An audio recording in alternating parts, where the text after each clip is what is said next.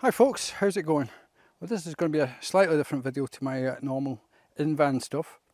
When I'm away in the van, I like to explore, but due to illness I can't always walk too far on consecutive days.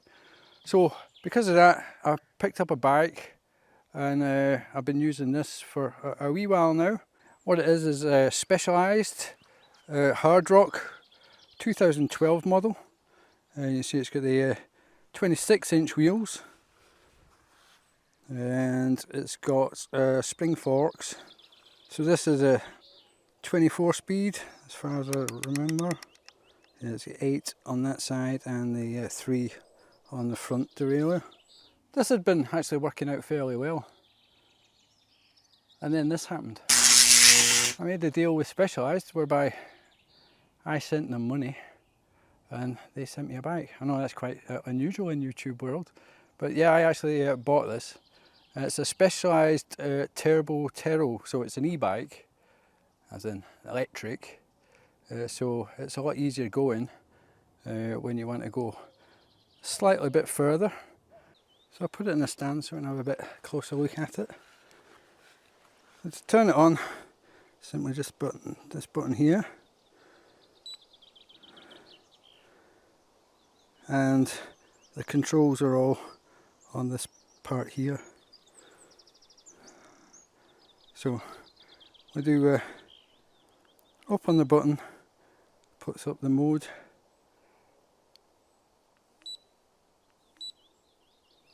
So that's the top mode, turbo. The middle mode is trail. Now even on trail it'll go up just about anything. I'm not just talking about roads. It will go up really steep, loose inclines and stuff. That's a really nice mode to use. And then we've got eco, which is a nice level of assistance just for toddling along. You've got various screens on that as well, like this is my most recent ride there, 14.6 miles, and riding time. This has got all kinds of other things there. Estimated range now is 51 miles at 100% battery. I reckon it will do that, no bother. So unlike the other bike with the 26-inch wheels and tyres, this has actually got 29-inch, which are fantastic. They'll roll over just about anything. So this bike I've actually got set up tubeless, which means that it has no inner tubes in it. It's just the tyres are mounted directly onto the rims with a special valve, and then there's a fluid that you inject into the tyre which seals up any small punctures. It works out really well. I'm very impressed with that. So the motor is mounted down here in the crank, and it's a 250 watt maximum assistance up to 15.5 miles an hour. So it's fully UK legal, and that really helps you out a good bit. It's the Specialized own Bros motor, I think it is. It can be charged on the bike through this little access panel here, or you can remove it using a key. Flip up this lever, and you flip up that lever and then you just pull the battery out from the bottom. So that's it, swings out and hangs in place, and then just lift it up and lift it off. So you can see the details on the battery, 710 watt hours, 36.3 volts. Now I've been really impressed with the battery. It really lasts well. I've used it a lot when I was recently away up at the Cairngorms, and it really lasted for everything we did, and I was never worried about it running out. So as well as the actual Specialized battery, I purchased this off Etsy, which is basically it's a dummy battery cover, so I can use the bike without the battery should I want to, for any reason. But basically I really bought this for transporting the bike on the back of the van, so I don't have to have all this weight on the back of the van, but it actually seals up the big hole that the battery goes into. So I don't know how well you'd be able to see this, but up in here there's a big hole where the battery comes out of, and there's all the plugs. There's the plug, and there's the plug there for the electronics, as well as all the cables are up in there. So rather than have all that exposed whilst I'm driving along, I thought we'd buy this, which basically just fastens on the same as the battery, hooks on there, clip it in, put the lever down and lock it, and then that's the holes nice and sealed up, just like as if the battery's in there. So similar to the other bike, this has got the spring shocks. This has got rock shocks rather than the Suntour that the other one had. These have got the ability to lock out though, which is handy when you're climbing up hills, so you're not wasting the valuable power. It's got the SRAM NX gear switches, which are actually work out quite well. I didn't think I liked them at first because they're both push. Like my other bike is you push here and you pull from the front to adjust, but this actually works really well. And then it's got the again SRAM hydraulic brakes, which work reasonably well.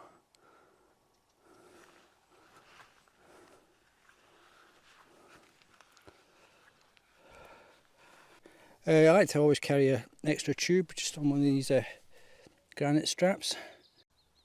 This also, unlike the other bike, has only got one chain ring rather than 3, and it's got 11 at the rear. I'm not sure what the teeth numbers are. I'll look it up and I'll put it in the description. So I think that'll do looking at it. Let's get out and ride.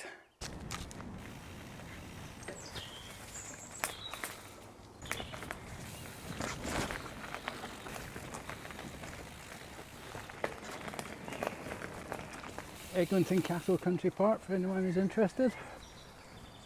It's a nice old ruin. So I'll probably just do a short one this evening, like 5 miles or something, which this bike makes so much easier. It really just flattens out all the hills, so you just really don't feel too wiped out after a ride. It's riding one-handed with the camera in the other hand is not easy at all.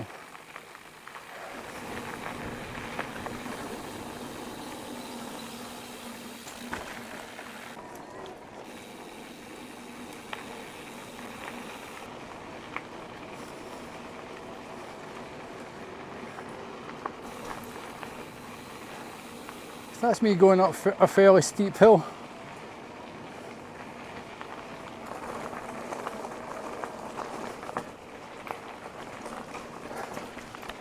And I'm easily maintaining over 10 miles an hour. I'd go faster if I was had both hands on the steering, but it's really not bad at all.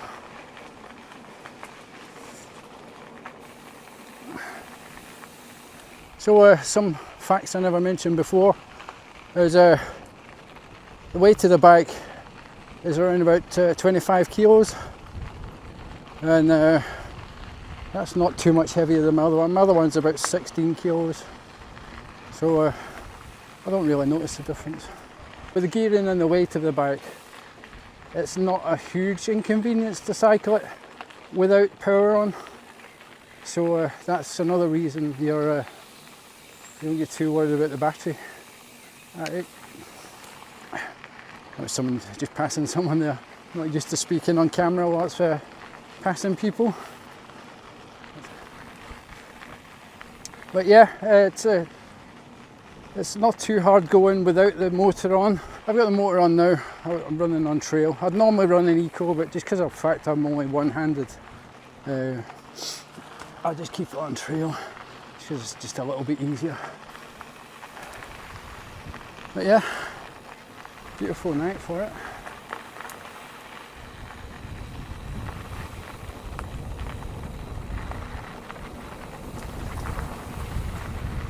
Right, so I'm just here at Shirley Standing Stones, heading that way down this super downhill, and it just made me think of something I hadn't mentioned before, and that's this dropper post.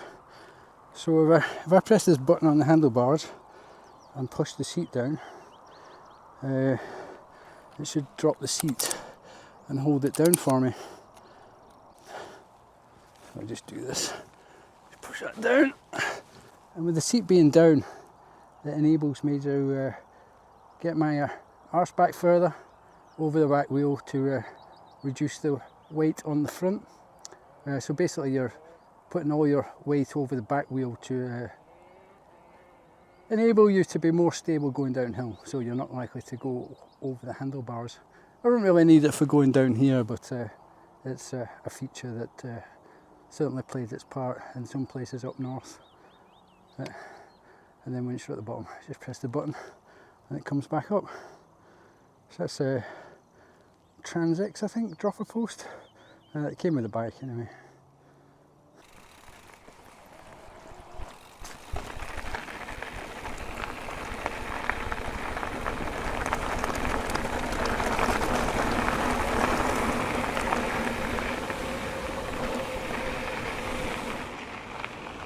So that's me just done 3.5 miles.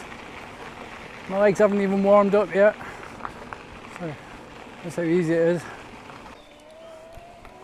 So me and Turbo now.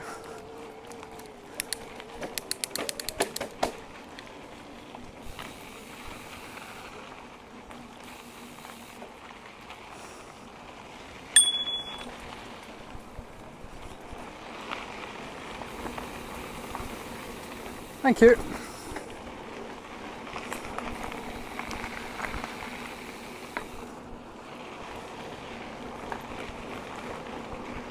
I love going through all these woodlands in the evening time.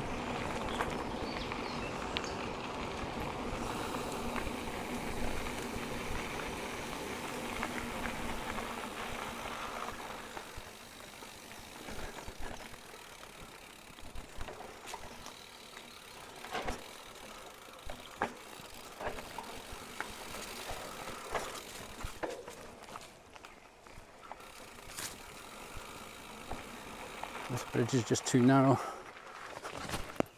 Too narrow for the handlebars. Well, too narrow for my liking.